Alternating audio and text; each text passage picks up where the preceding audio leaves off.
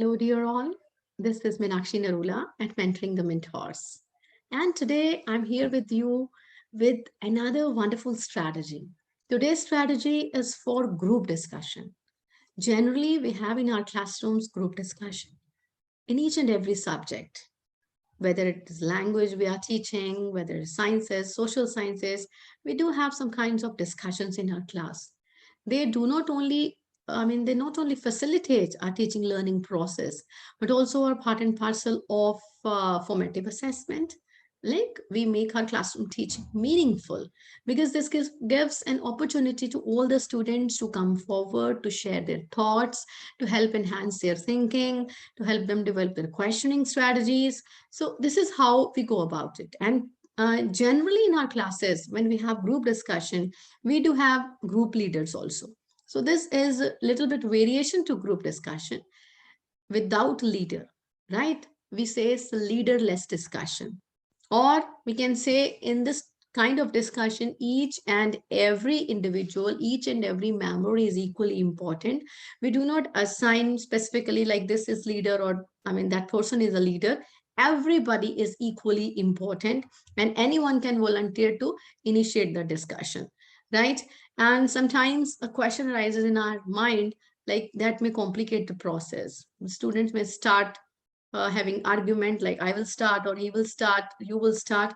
No, this won't happen. In case such kind of situation arises, you can give turns or you can use any kind of strategies where you can just pick and choose some kind of chits. You can use popsicles like who will start. But actually, nobody is the leader in that kind of discussion, right? So let us talk more about it. As you can see here on the screen, what do we do is the group members, they read a common text or they can watch a video or they may listen to any podcast well in advance. How will it happen? As when we talk about flipped classroom, we do provide some content, some material to our students to read at home, and in classroom we as teachers, educators, we facilitate the discussion. So this is how it's happening in leaderless discussion.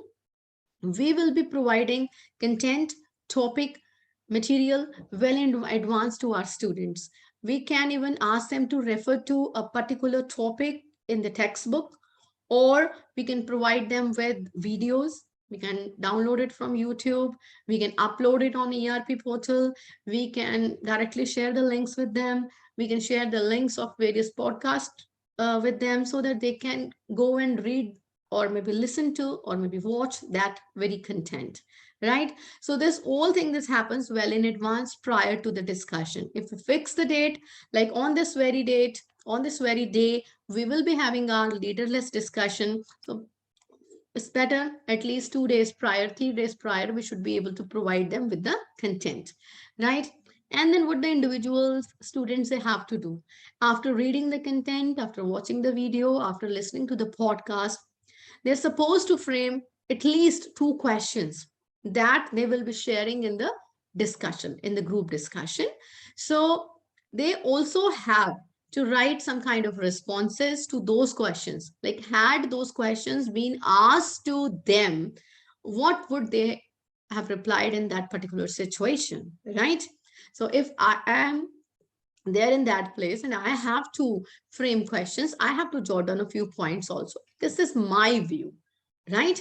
So, and apart from it, they also have to express to the group, they also have to explain the questions framed by them. Why are they so thought-provoking? Why are those questions interesting? Why the group has to spend time discussing those questions, right? So this is what it is done in leaderless discussion. Let's move on to the various steps. So when they have already have the content with them, they have read the content, right? They have just framed the questions as well. Now one person reads his or her questions and explain why it is particularly interesting, as I've shared with you. Suppose there are 5 members in a group, A, B, C, D, E. So member A reads the questions and explains why this particular question is so interesting, right? And then other members, They will respond to the presented question. They will share their thinking about the question, but there should be time limit as well. In a group, there should be one member who can be given the duty of timekeeping, right? Because for one question, not more than 5 minutes to be spent, or it depends upon the teacher, depends upon the group size, depends on the time availability, like what and how much time you would like to allot to a particular question, right? And when the time is up, suppose 5 minutes are over for a particular question, after that, the presenter, that is who asked the question, summarizes the discussion in a sentence or two, depending upon various responses that he had received from the other members, right? So moving on to the next step, subsequent round. As I talked about round one, like presenter A shares the question and receives the answers from the different members, and there is discussion on those questions, and likewise, other students will have the opportunity to ask the question, right? When everybody's turn is over, all the 5 members of the group, they have participated in discussion, they have asked their questions, and after that, the group reflects on the entire discussion, like how they develop their understanding throughout the discussion, what all thoughts and ideas they have been emerged, what all thoughts and ideas they have exchanged with each other, any kind of different questions they have been raised. So they'll be jotting it down and they will discuss. And you can also allot 5 to 10 minutes for this group discussion at the final conclusion or the culmination round, right? So if we talk about the purpose, what is the purpose of this leaderless discussion? When we are already having group discussion in our class where we are already assigning leaders.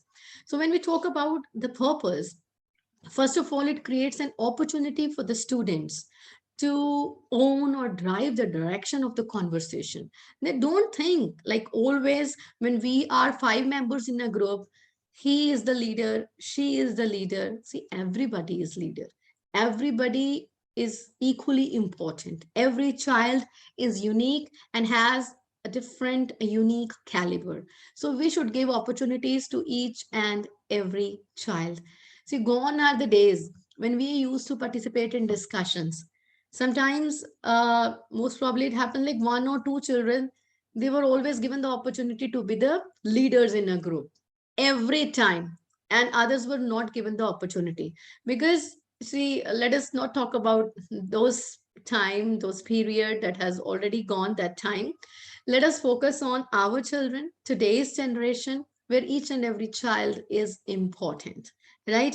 They are unique and they are coming to us with various number of expectations, like, so get through this strategy, through this routine. Usually we say visible thinking routines, we say strategy, so whatever we say, the objective is more students are involved in this. Each and every child is getting an opportunity to come forward, to share the thoughts, to ask questions, right? To be the leader. So bringing their thinking to the learning, and they become actively engaged in the discussion.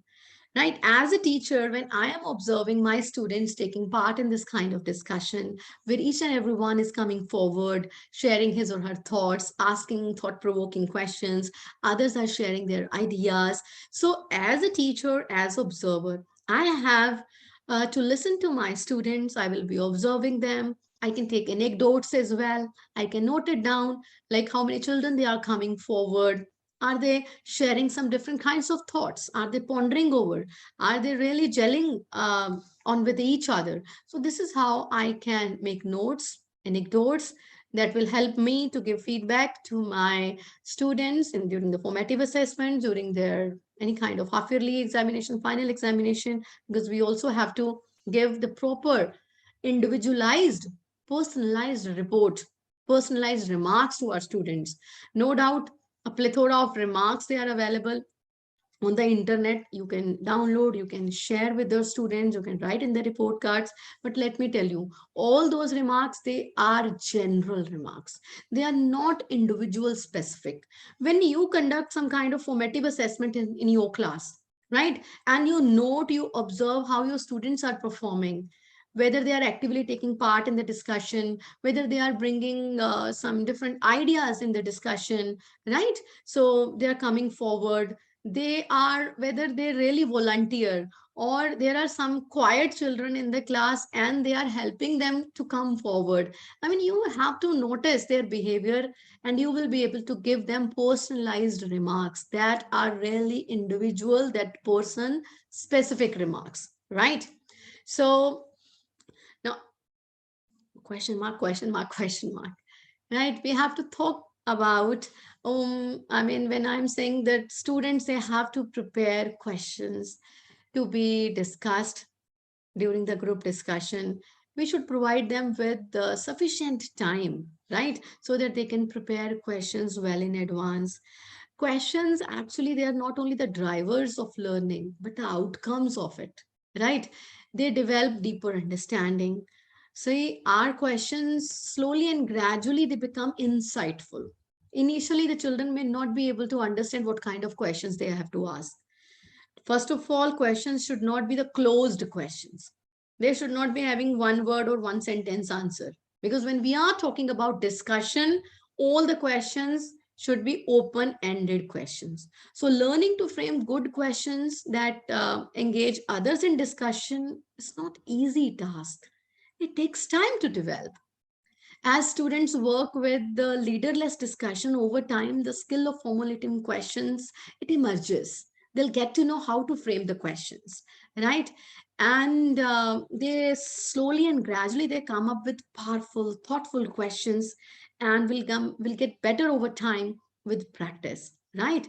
So students do not naturally know what makes engaging discussion questions. So what we have to do is we can pair this with the questioning routine.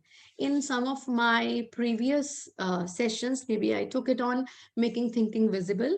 There I talked about questioning strategies. What kind of questions, as we have to ask our students to frame, or maybe as teachers we can ask our students those kinds of questions. Like there is one question I generally talk about: what makes you say that? I mean, how did you frame this question? What came to your mind? Even when child has replied something, even to a closed ended question, we can always ask what makes you say that, so that we can initiate the thinking process, we can activate the thinking process, right? So now I will be sharing with you some kind of question sorts. You can go through these kinds of questions, you can download, you can discuss, or you can frame your own questions. Let the children come up with their own different questions. Like some of the questions I have written, these are the question stems. Obviously they are incomplete, because they will be according to the content, according to the topic that you have shared with your students. Like, for example, what's another example of, it can be anything, any topic that if you are discussing reasons for climate change, suppose, okay, and any child has come up with one example, and you can ask, what's another example of this particular reason that is there for the climate change, right? So what do you think the author, the speaker is assuming when they say, when the author is saying something, what is he or she assuming, right? So you can likewise initiate the thinking process. I have jotted down over a few questions, like who might have an alternative point of view on. If you want to really make your discussion healthy, if anyone has shared the point, like this is my viewpoint, you can, I mean, very politely request other members of the group, like presenter even can ask, yes, okay, is there anybody who is having an alternative point on it? So this is how you can initiate the discussion. So let's have a look at the fourth point. What's the consequence or effect of, maybe likely to be, what's the takeaway lesson from? So this is how you can have these kinds of questions, right? What is a core idea being expressed by the author? Okay, I mean, this is how you can always have engaging, interesting open-ended questions in your classes, right? Now, before I end today's explanation of this strategy, let us quickly take a look at the steps of this strategy. First of all, setup. We need to make a setup, means we need to provide the relevant material to our students well in advance. It can be in the written form, a text in the book. It can be the PDF they can read. We can share through email, through WhatsApp. I mean, whatever portal we are using, we can share any kind of video they can watch. We can share audio recordings as well, right? The setup is prepared. We have already chosen which topic, which content is there, right? And then we should give sufficient time to our students to prepare questions. As I've already shared, questioning strategy is not easy. It is a process, I mean, that will take time, and slowly and gradually they will learn how to develop insightful questions. In a group, they should have a timekeeper, right? Time is to be taken care of, and then initiating the discussion. Anyone can initiate the discussion if there is any kind of confusion and students need your help. You can always use popsicles or chits. You can pick it up, or randomly you can say, okay, from the alphabet, anyone, this particular child with this letter, whose name starts with this letter, can come up and initiate a discussion. This all depends upon you as a teacher. Then discussion will happen in the class, and the closing round. As I told you, when one question gets over, a presenter has to close the round with the one or two statements to sum up the discussion, right? And repeating rounds so that each and every participant can get turn to ask question, to share the views as well. And then last step, sharing thinking. As a group, all of you all together can share the thinking. What have you learned in today's discussion? So please do use these strategies in your classroom. Do not forget to share your valuable feedback in the comment section below. We'll see you again with another wonderful strategy. Thank you. Good evening.